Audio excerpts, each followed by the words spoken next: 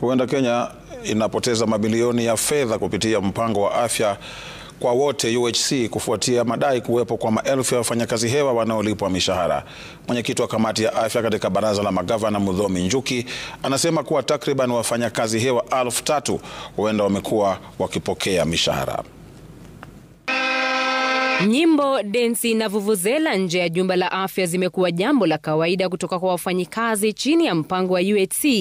Kile wanachotaka ni kupewa kandarasi za kudumu kabla ya kuhamishwa hadi serikali za kaunti.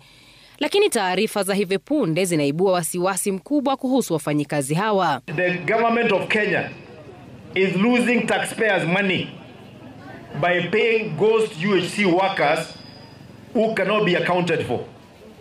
Kwa sababu ile list kukula ile 8,700, tukiangalia rekodi zetu sisi kama county governments, we do not have 8,700 in the hospitals. Iko party yao karibu 3,000 which you cannot account for. Barua kutoka kwa katibu katika idara ya huduma za matibabu Daktari Ouma Oluga kwa baraza la magavana inaonyesha tofauti kati ya takwimu za wafanyikazi wa UHC na rekodi za malipo ya wizara hiyo. Baadhi ya wafanyikazi wameacha kazi, wengine wakitafuta kazi ughaibuni, huku wengine wakiwa wameaga dunia, lakini majina yao bado yapo kwenye sajili ya mishahara. Sisi ndio tulifanya interview. Lakini pero ile inawalipa na pale wanalipwa na serikali kuu. Na kabla yule wa national akulipe aangaliangi ama ajui kama wewe uko kazi ama yuko kazi. Kulingana na stakabadhi hizo kutoka kwa Wizara ya Afya, baadhi ya kaunti zinadaiwa kuwa ina hadi majina 34 ya wafanyikazi hewa.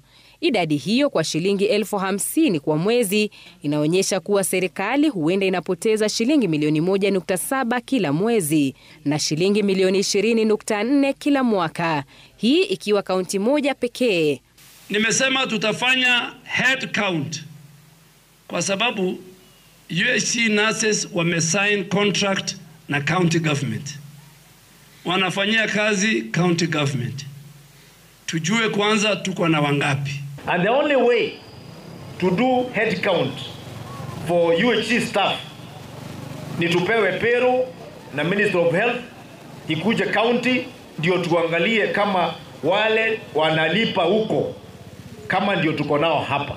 Mwenyekiti wa baraza la magavana Ahmed Abdullahi amesisitiza kuwa serikali kuu lazima itatue masuala tata yanayowakumba wafanyikazi hao wa UHC kabla ya kuhamisha sajili zao za mishahara kwa serikali za kaunti. Emily Chebet, Runinga ya Citizen.